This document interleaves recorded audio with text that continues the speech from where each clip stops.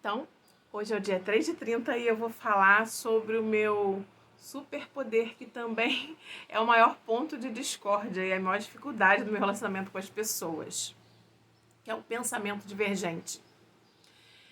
Eu consigo, por exemplo, dar 30 soluções inusitadas para uma situação, quando uma pessoa normal consegue achar uma, no máximo duas. E vão desde coisas que ninguém nunca pensou. Eu vou dar um exemplo aqui da minha maior inovação jurídica, que foi aceita como tese pelo judiciário. Mas geralmente são coisas que estão bem na cara e as pessoas normalmente não conseguem enxergar, porque elas estão habituadas a fazer tudo sempre da mesma forma. Por exemplo, eu trabalho com consultoria empresarial e constantemente as pessoas, quando eu falo, por que você não faz isso, ou isso, ou isso, ou aquilo? As pessoas falam, caramba, eu nunca tinha pensado nisso. E coisas simples, que normalmente o meu cérebro funciona em modo econômico, financeiramente falando. Eu geralmente consigo destacar soluções que a pessoa não vai ter um custo muito grande ou não vai gastar muito dinheiro para implementar.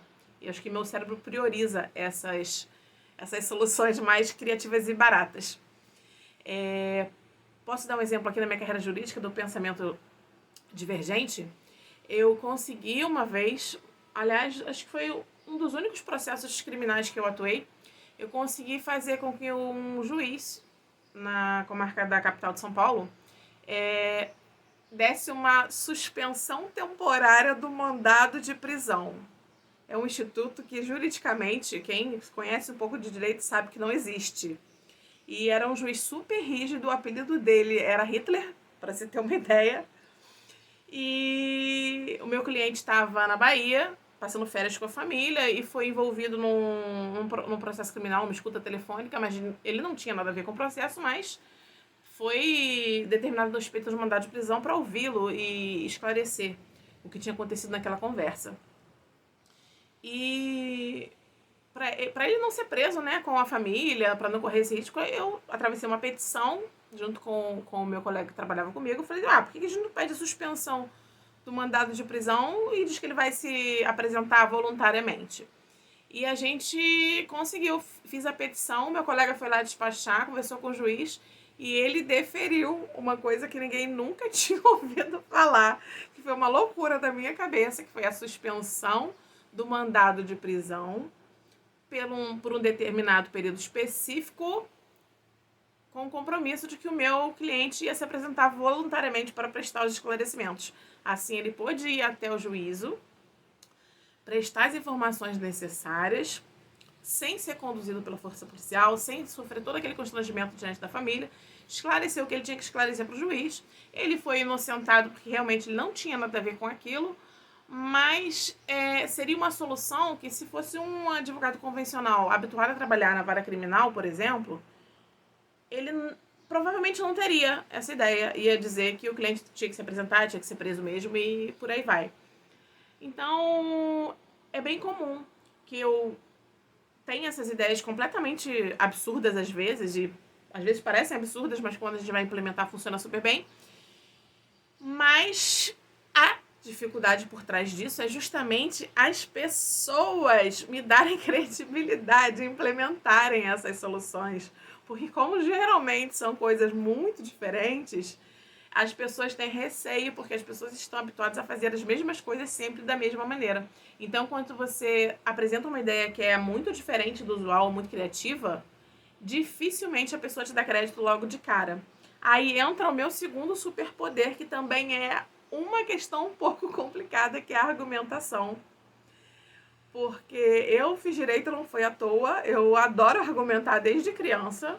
Eu parei na faculdade de direito, eu achava que era por acaso, mas depois eu fui entender que eu realmente tinha uma vocação para isso. E me encontrei ali, apesar de me estressar com o procedimento, com a burocracia, com o sistema judiciário em si, eu gosto muito da argumentação jurídica e de encontrar teses novas, razoáveis, ao contrário do que muita gente faz por aí, sobre as questões que eu lido no meu dia a dia, nos processos. Então, a argumentação é algo que me faz convencer as pessoas daquela solução criativa por meio de argumentos lógicos, Mas também é um problema gigante, porque frequentemente eu sou vista como cabeça dura, a pessoa que quer sempre ter razão. Isso acontece não pelo fato de eu querer ter razão, porque na verdade eu não me importo nem um pouco de ter razão. Eu só acho que eu tenho o direito de ter uma opinião diferente, e as pessoas têm muita dificuldade de entender isso.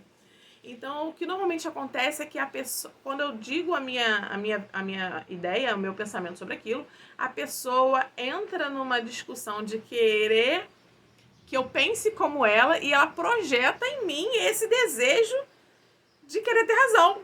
Porque eu não quero ter razão longe de mim. A última coisa que eu quero na face da Terra é ter razão. Eu quero ser feliz.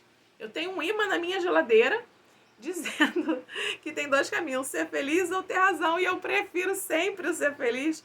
A gente tem que entender que a gente tem o direito de ter uma opinião diferente, e a gente tem que respeitar que o outro tem direito de ter uma opinião diferente também.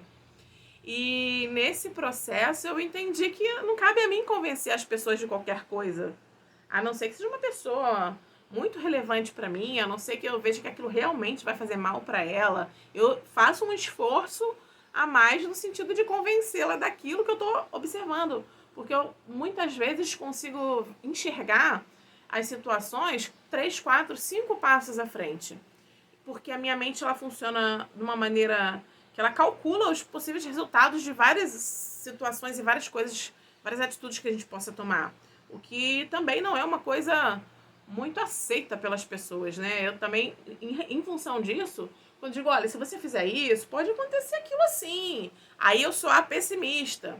Olha, mas tá, se você fizer isso assim, assim, você tem certeza que essa pessoa é confiável? Porque eu já estou observando ali, no comportamento da pessoa, alguns indícios de que ela não é muito confiável, de que ela não tá tão interessada assim numa amiga que tá caída e, sei lá, de 4 pela pessoa, e eu tô vendo que a pessoa não tá interessada nela.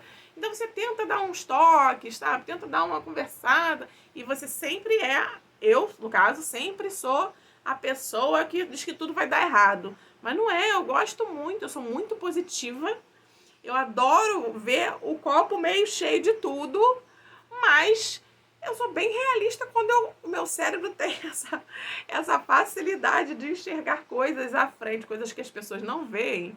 E eu, às vezes, não tenho muito filtro para falar. É uma coisa que eu tenho que me policiar diariamente. Tento, já melhorei muito. Eu, quando era mais jovem, era muito complicado isso. Saraiva também era um dos meus apelidos. Mas hoje em dia eu tenho consigo ter um filtro maior e falar com um jeitinho. Ou às vezes, dependendo da pessoa, eu escolho nem falar, porque eu sei que a pessoa não vai me ouvir, aquilo vai causar um atrito desnecessário na relação. E é isso, eu acho que o meu maior superpoder é essa facilidade que eu tenho para pensar em soluções criativas. E o que potencializa isso é a facilidade que eu tenho para argumentar soluções, para argumentar com colocações lógicas. E isso desestabiliza muita gente, né? Isso irrita muito as pessoas, porque as pessoas acabam projetando na minha argumentação uma necessidade de ter razão que eu não tenho, mas as próprias pessoas têm. E você já se colocou por aí nessa condição de ter que argumentar para defender seus interesses, ou simplesmente para defender um ponto de vista e a pessoa não querer mais discutir com você porque você apresentou tantos argumentos lógicos que a pessoa prefere encerrar a discussão porque não adianta, porque você vai querer ter razão mesmo? Já aconteceu com você? Conta pra mim aqui nos comentários. E não esquece, esse é o terceiro vídeo de 30, que a gente vai falar sobre essa minha multipotencialidade, esse meu cérebro caótico. E se você tiver alguma pergunta, alguma colocação, se você se identificou, comenta aqui embaixo. Se inscreve no canal, ativa o sininho e a gente se vê amanhã. Tchau, tchau.